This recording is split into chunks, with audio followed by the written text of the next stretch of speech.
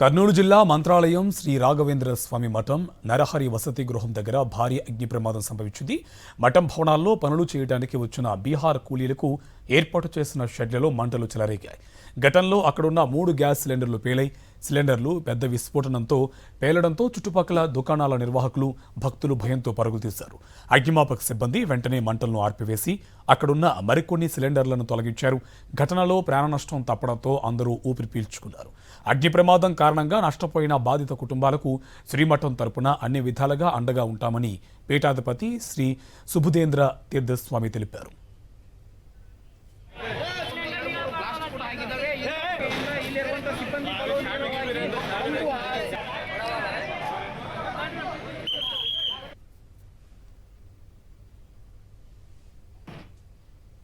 స్వాముల వారి దయ వల్ల ఎవరికి ప్రాణాపాయం ఎలాంటివి జరగలేదు.